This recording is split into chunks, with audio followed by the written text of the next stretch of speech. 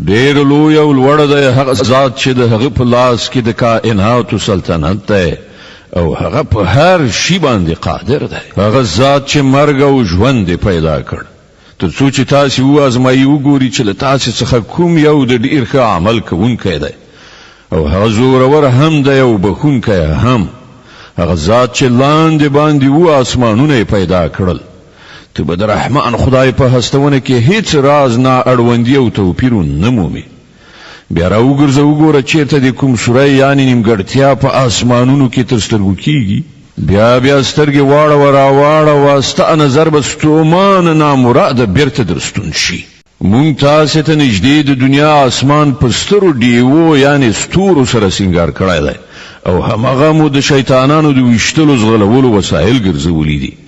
مونږ دغه شیطانانو د عذاب لپاره د دوزخ او جن اور تیار کړای دی.